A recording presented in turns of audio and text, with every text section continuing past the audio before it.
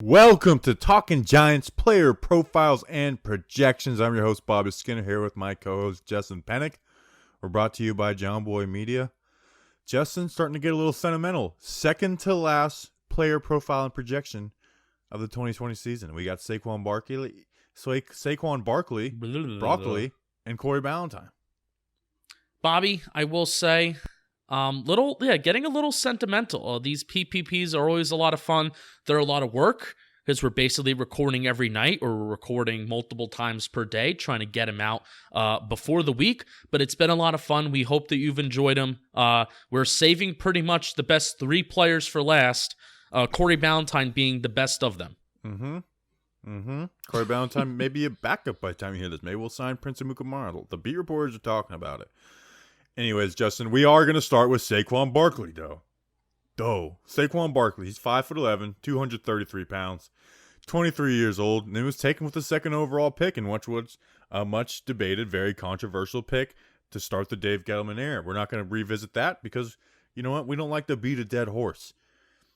Justin, in 2019, it was an up and down and weird year. He got hurt in the Tampa Bay game in Daniel Jones' debut. Finishes the year over 1,000 yards on 4.6 yards per carry. I don't really like that 4.6 yards per carry, but we'll talk about it because there were some bad games in there. 6 touchdowns. In the receiving game, he had 52 catches, 438 yards, 2 touchdowns. Big time down with Daniel Jones, and we'll get into that. The receiving game I actually think is the most interesting part of the Saquon Barkley conversation. But Justin, Saquon, obviously an awesome talent. It hasn't translated the wins, as many top draft picks don't. I know that gets debated like crazy.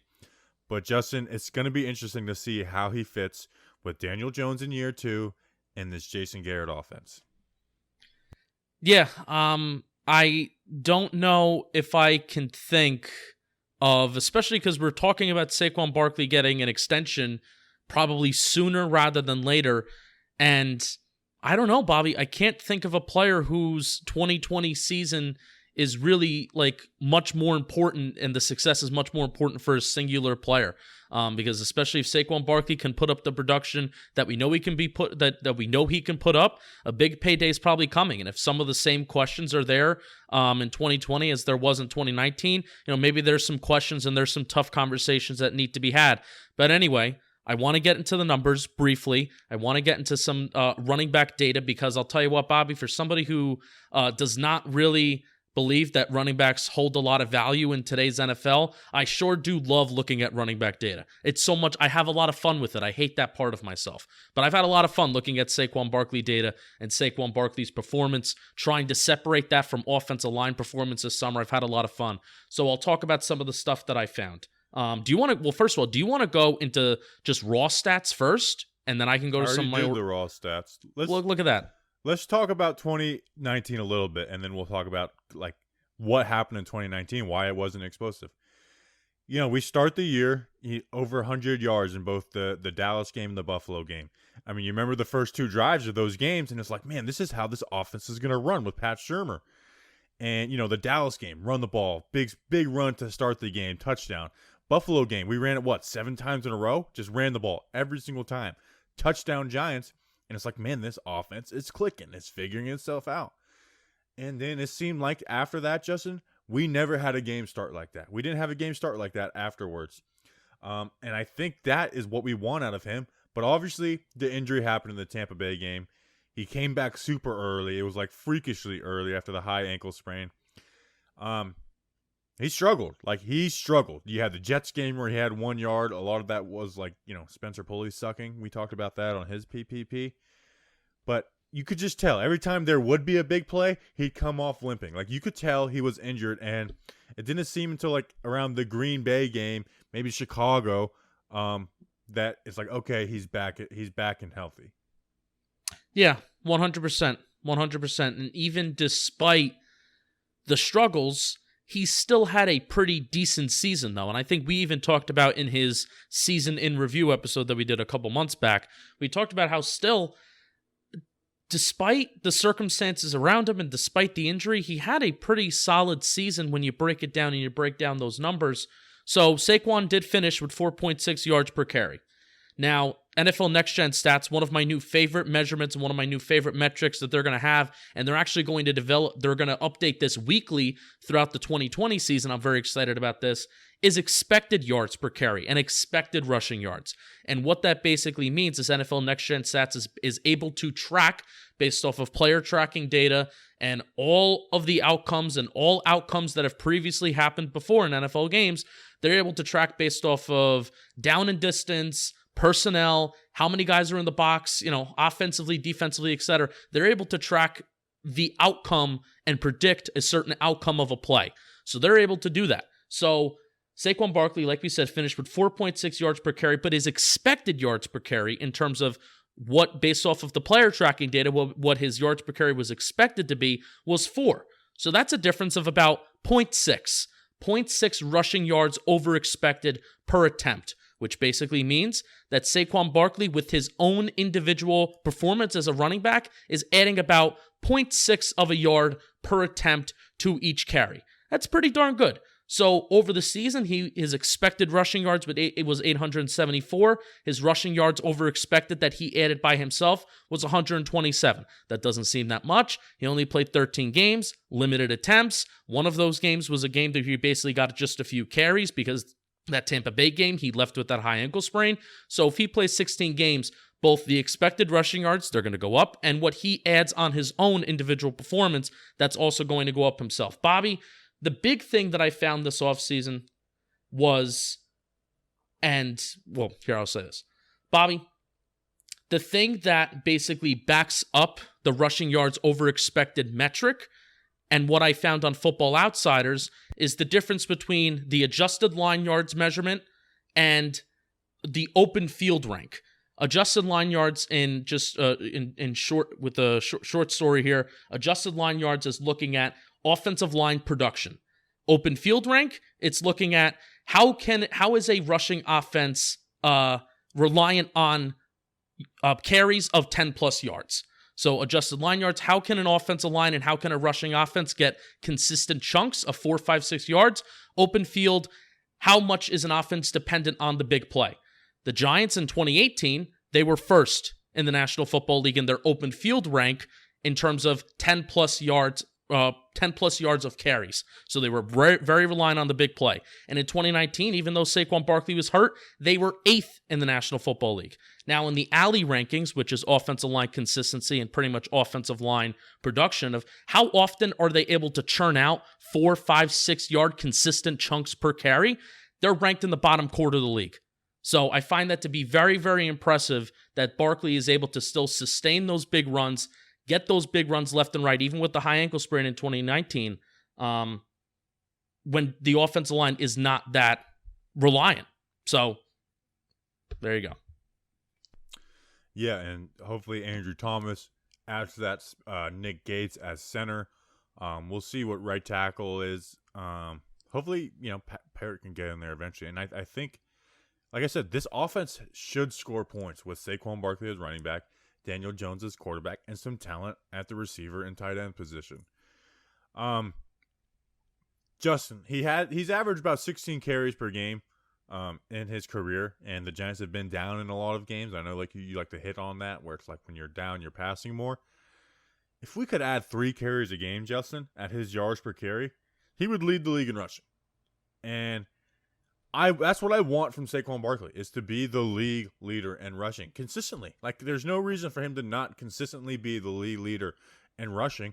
And we'll get into the receiving game, adding like being a real part of the receiving game. And I mean more than McCaffrey. I get McCaffrey might end up having more yards and stuff, but I remember last year I got so aggravated when people were getting mad at Pat Shermer for the way he used Barkley, which there's credence to that, but they're saying, well, they got to use him like the Panthers do with McCaffrey. Where it's like, no, the Panthers don't really do anything different with McCaffrey. The only difference is their QBs were very quick to get the ball out, like Eli Manning, and it led to a lot of catches. It's just like Eli Manning being with Saquon in 2018 led to him having 91 catches. So I guess that does transition us into the receiving game. Daniel Jones is not a quarterback who's getting quick to the check, and I don't want him to be that. There's times where he needs to be like that, but I don't want him being a quick to the check quarterback, Justin. That being said, he likes to check to the tight end. That's where he likes to go in the tight end because it's in the middle of the field, short routes. They need to split Saquon out wide and let him run routes and have plays where he's in the running back and being like, Jones, this play is for Saquon. Saquon, like you have your first read to keep, your eyes off, but the first option is Saquon. Not the first read, but the first option is Saquon. They have to be intentional with the way they get Saquon in the receiving game and not just, hey, swing pass, Jones come down and hit him on the check down. Yeah, one of the things that we wanted to see in 2019 was the yards per reception increase from 2018 because, like you just said, Bobby, we want Saquon Barkley more involved in the passing game rather than just checkdowns. So, yes, there was about a half a yard of an increase from 2018 and 2019. 2018, he averaged 7.9 yards per reception. 2019, he averaged 8.4. But what did stay the same is the yards after catch per reception. With 2018, it was 8.4. In 2019, it was exactly 8.4 as well. So that's still telling me that they're not doing enough to get him out in space. They're giving him dump offs. They're continuing to give him dump offs and checkdowns, and they're not getting him involved enough. And even his average depth of target in 2018, it was 0.1, and in 2019, it was 0.8. So they're not. His average depth of target isn't even more than 1 yard past the line of scrimmage. Right. Yeah, and then like that Washington game where you saw him go down the seam. That's the kind of things where, that wasn't like a first option kind of play, but it's getting him down the field, and it's instead of just swing, not like even like arrow routes that are in the middle of the field. Like those aren't always the most effective. So they just need to be more intentional with the way they get him involved in the receiving game. And you know what? Barkley had some mistakes too. You know what I'm saying? Like the Bears game, that swing pass, that I don't know if it would have been a touchdown, but that would have been a big play. That would have flipped everything. He dropped a touchdown pass in the beginning of that game. He had mistakes. And speaking of mistakes, did that transition us into the blocking game? Bobby, I was actually thinking about this pre-show. I'm not tremendously overtly worried about his blocking, especially with the presence of Dion Lewis. If he's healthy and he struggles while he blocks, obviously that's bad and that's no bueno. But with Dion Lewis here, I'm not overly concerned. What does Dion Lewis have to do with it? Dion Lewis is a better pass blocker. Yeah, but he shouldn't be a better pass blocker. But then Dion Lewis, you're allowed... Okay, then Dion Lewis is more of a third down back, and I don't mind that. With Saquon on your team, you really shouldn't have... Like, you should have both. You can have both on the field at the same time. But with Saquon on your team, you really shouldn't have, like, okay, Dion Lewis comes and, like, you spell him here and there. But it's not good. We can't have, like, a two-back system. He needs to improve on his blocking. You can blame some of it on the ankle. Some of it was not. Some of it was some mental stuff.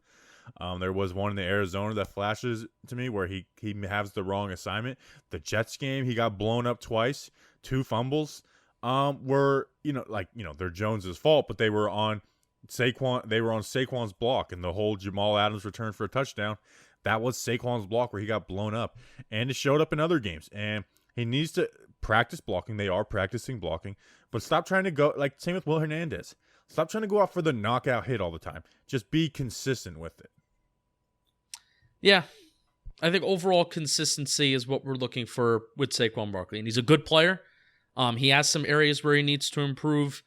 Something that I did forget to read off before in terms of it's how it's bad that we're relying on the big home run play. 4.6 yards per carry in 2019.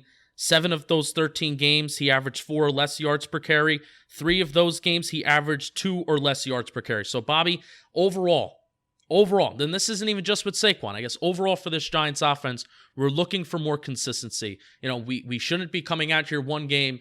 Daniel Jones is slinging the ball, throwing the ball for 350 yards. Saquon Barkley is having an incredible, and I'm particularly thinking of that Washington game. Saquon Barkley has an incredible day running the ball 150 yards, and then next week, the offense is nowhere to be seen. This offense just needs to find a way to be more consistent as an entire group and be more consistent for each other.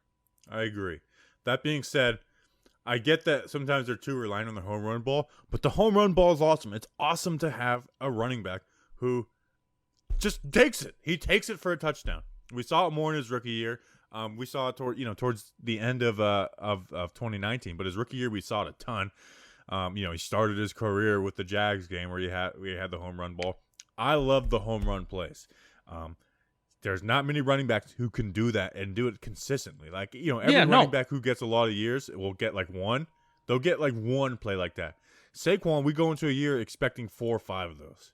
I 100% agree, but when we're talking about how this offense is really going to sustain success in 2020, Bobby, it's going to be with churning out. It's going to have to be churning out consistent 4, 5, 6 yard chunks. That is something that Saquon Barkley has not been able to do his entire career. So this even gets, I don't want to get into the whole value of a running back conversation, but this is where you really get into it, because Saquon Barkley, yes, he overexceeds those, what he's quote unquote expected to do, because he's just a really darn good football player. So he's able to get those big home run plays. He's able to really break those tackles, and that spurts a big run. But how often is that going to happen? That's not going to sustain a extremely successful and efficient offense. That's going to sustain really good highlight plays and really good highlight clips for YouTube. But what's really going to result in wins in football games is if the Giants can hold on to the ball for longer, sustain drives, get that time of possession up, and we've been talking about this all offseason, get that time of possession up, not be putting the defense on the field so quickly, so churning out those 4, 5, 6 yards, that's more, and it's more reliant on offensive line performance than individual running back performance anyway. Because I guarantee you, Bobby, and if it was more on first down, we need to pass more on first down to set 100%. Up more consistent run plays. 100%. Because Bobby, if it was going to happen already, especially in 2018, we would have seen an offense, an extremely efficient rushing offense. If it was already meant to happen, it would have happened already. So we need to see more from the offensive line. And this is why I say value of running back, it's not that great, because it's so predicated on offensive line success. All right, we're about 17 minutes in. Are we good on Saquon? We could do a few minutes on Corey Ballantyne. Oh, he's an awesome player. You don't need us to explain how awesome of a player Saquon is, but it's you know what, these ones get the most numbers though. It's crazy. I wish we could talk for 10 more minutes, because it's so important, and it's such a nuanced conversation about how he works and how he can work, and what he actually has to do to be successful. I wish we could talk more. All right, let's take a break and move on to Corey Ballantyne.